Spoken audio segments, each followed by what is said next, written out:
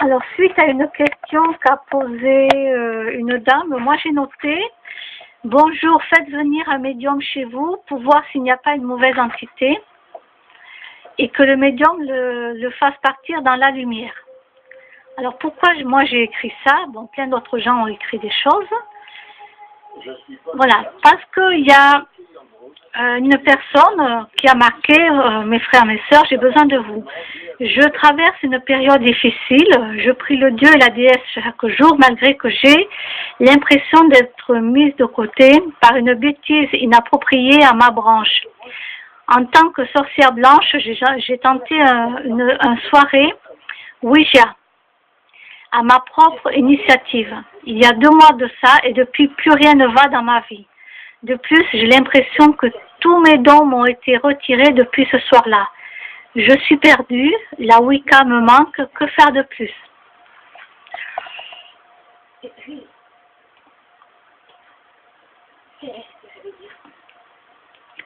Donc voilà, beaucoup ont répondu.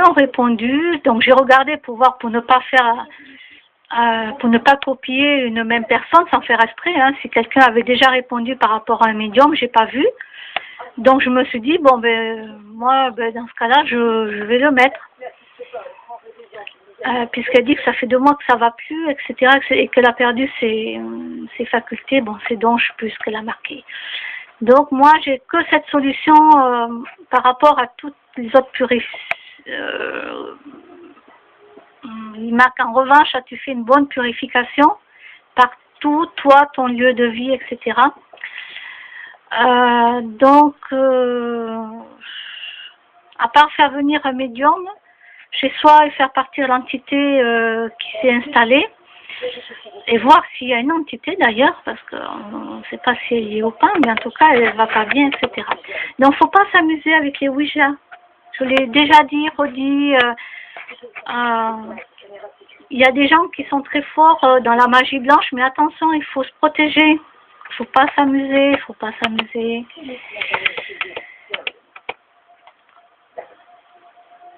Moi, je joue pas avec ça. Et encore, moi, je suis pas forte, hein. D'accord? Je ne fais pas partie de toutes ces êtres qui arrivent à faire des choses. Donc, attention, on ne joue pas.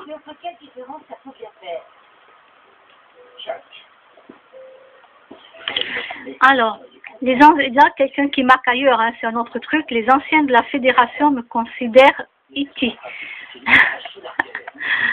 Ça, c'est marrant.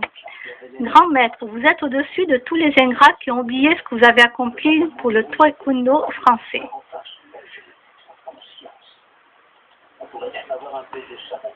Voilà. Il y a des belles personnes sur la planète. Oh, on dirait un éléphant, l'arbre.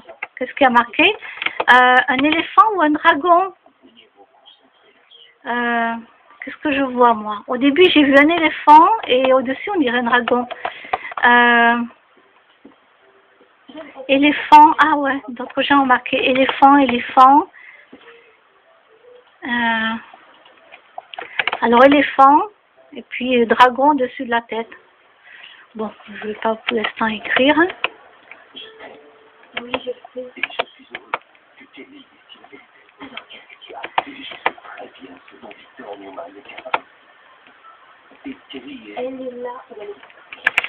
Alors, bon, voyons, peut-être moi que je vais rajouter mon petit grain de poivre. Non, le pain blanc n'est pas végan. Par principe. Pourquoi? Parce que le blé, les machines ont tué beaucoup de petites bêtes, des mulots, des insectes dans le blé. Donc voilà, moi je vois que personne ne le met. Alors oui, c'est normalement c'est végan s'il n'y a pas d'huile par exemple, d'huile de palme, etc. S'il n'y a rien d'animaux.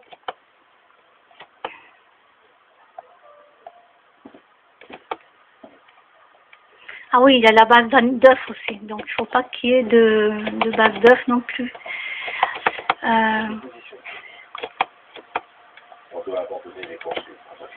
Bon, non, je vais pas commencer à rentrer dans l'histoire des machines qui passent dans le blé, qui tuent les insectes, les mulots, etc. Parce que là, je vais loin, quoi. Hein.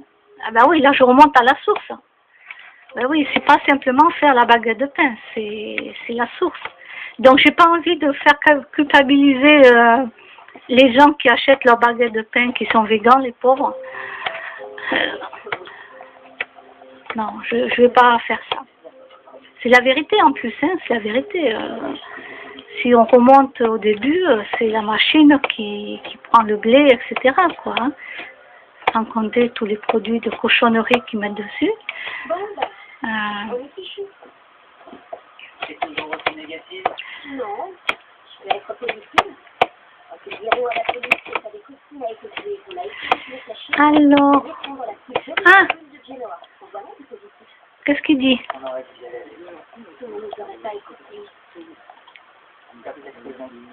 Mais je crois que ça aurait été plus sûr d'arrêter. J'ai un petit peu constaté il y a du mépris dans l'insulte, c'est-à-dire que le médecin, à son niveau citoyen, qui était un roman exceptionnel, parlait justement de l'aristocratie des clochards qui s'enrichissaient de leur couche de crasse, et plus elles étaient grosses, et plus ils étaient des seigneurs. Et bien là, je me suis fait enfumer par un gentil Sénégalais que je connais depuis 50 ans, qui vend des babioles, qui me dit je te reconnais, t'es de Strasbourg, je dis oui, et puis tiens, j'ai des cadeaux pour toi, et il sort des choses, des montres factices, des un porte-monnaie, prends tes cadeaux, et puis moi j'en voulais pas, j'ai pas besoin de ces cadeaux. Et j'ai refusé, il m'a dit tu refuses pas, on refuse pas un cadeau, c'est insultant, patati patata, blablabla, blablabla. Puis il me dit puis j'ai besoin d'argent pour aller en Allemagne, tu me donnes ce que tu veux. Alors oui, je dis je veux bien te donner quelque chose, mais j'ai que 20 euros et il faut qu'on aille avec tuer la main, hein, c'est l'enfer, il faut qu'on aille manger, donc on en aura besoin. Non, j'ai te fait la monnaie, il me dit. Oui, enfin bref, là j'ai senti que l'arnaque était un petit peu grosse.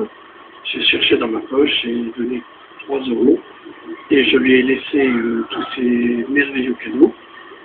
Mais c'est pour vous dire que la gentillesse, ça paye pas.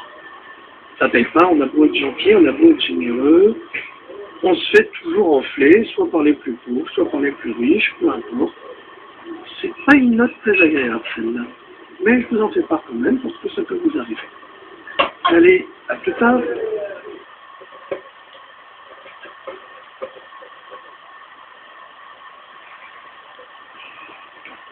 Alors, hop, je vais poser mon téléphone ici. Je ne sais pas si ça va le faire. Je ne sais pas si vous allez me voir ou pas. Je ne sais pas.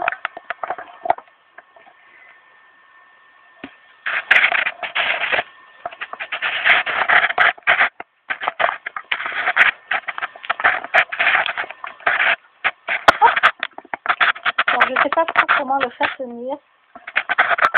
Alors, si vous ne me voyez pas, c'est pas grave.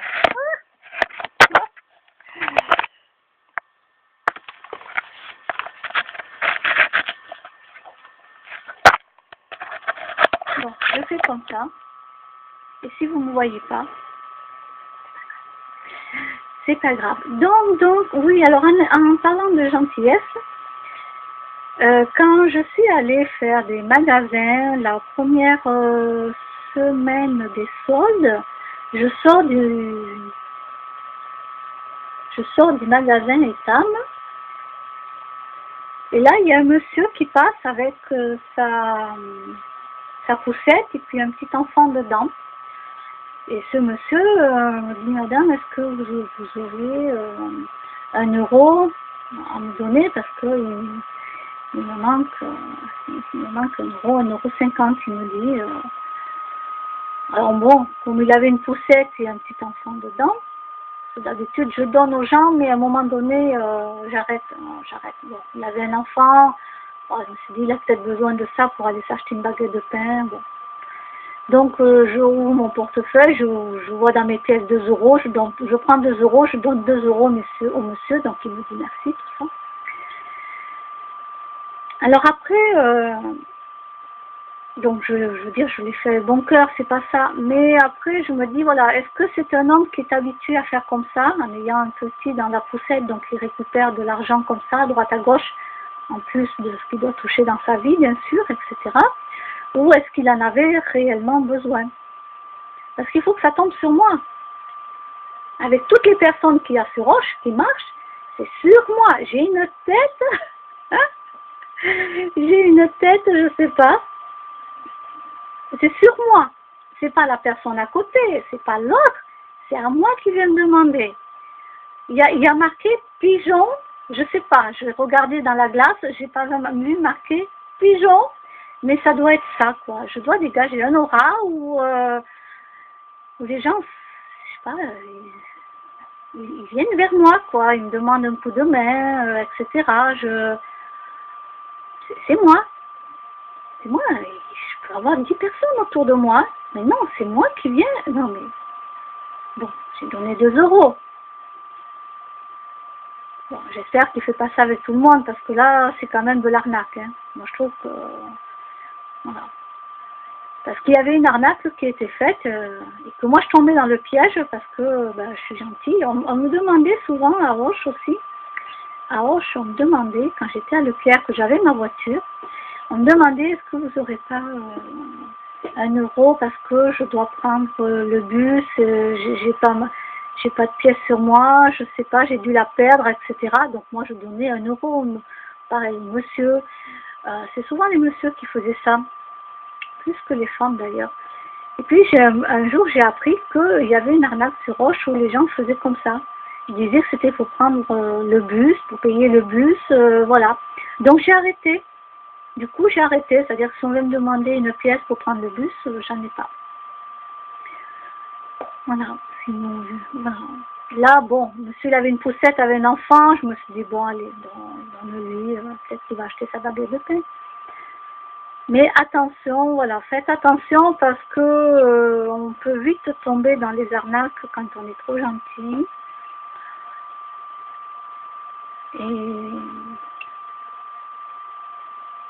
Et voilà.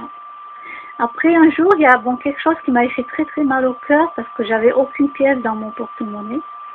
Un jour, il y a un monsieur, ça se voyait, il était habillé vraiment en SDF, il avait les cheveux, voilà, dans un état, voilà. Et il est venu, il a demandé à d'autres gens avant moi, est-ce qu'ils avaient une pièce pour aller boire un café. Il voulait prendre un café au chaud.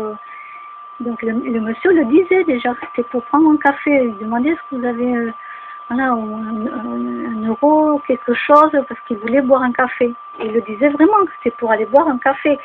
Puis vu ses vêtements, vu ses cheveux, tout ça, oh là là.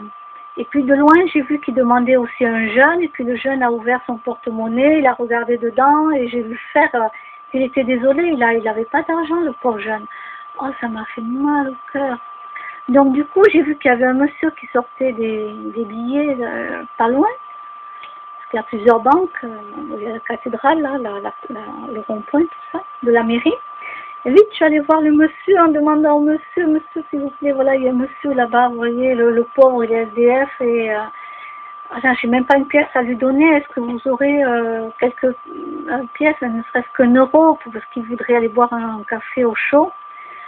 Puis le monsieur m'a dit non, je viens de sortir les billets, là. Alors bien sûr, j'avais pas lui demander qu'il me donne un billet. Voilà. Le mec, il m'aurait donné de lui-même, avec bon cœur, il m'aurait dit prenez 10 euros à donner lui, j'aurais été lui donner 10 euros, monsieur. Je lui aurais dit que c'était un monsieur qui les avait sortis. Voilà, alors, je suis pas là, moi, pour passer, pour être un ange, si c'est pas moi qui ai donné les sous. J'aurais dit au monsieur, voilà, c'est un monsieur qui vient de sortir l'argent et tout. Ou je lui aurais dit, allez lui-même, je lui aurais dit, allez vous-même lui donner. Allez lui donner les 10 euros. Voilà, ou allez lui offrir le café et vous prenez la monnaie. C'est ça. Donc quand vous voyez que quelqu'un qui n'est pas très bon état, qui est un SDF, Si vous n'avez pas de monnaie sur vous, ben amenez-le au café. Il y a le café juste à côté. Vous lui offrez le café. Et vous prenez la monnaie, vous lui laissez 2 euros. Hein, si vous avez 10 euros, vous lui laissez voilà, 2 euros à la rigueur. Et puis vous partez. Ou vous parlez avec lui s'il veut parler avec vous. Voilà. Il y a des gens qui veulent être seuls, donc il ne faut pas les obliger non plus à parler. Voilà. Il faut avoir un petit côté psychologue, de la psychologie pour savoir est-ce que un SDF a envie de parler ou pas. Il ne faut pas obliger les gens à parler. Et s'il a envie d'être seul, voilà, vous lui offrez le café et puis vous partez. C'est comme ça qu'il faut faire.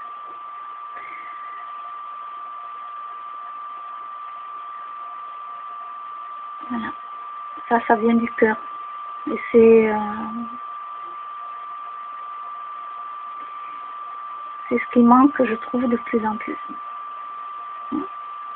Allez, je vous laisse. Bye bye.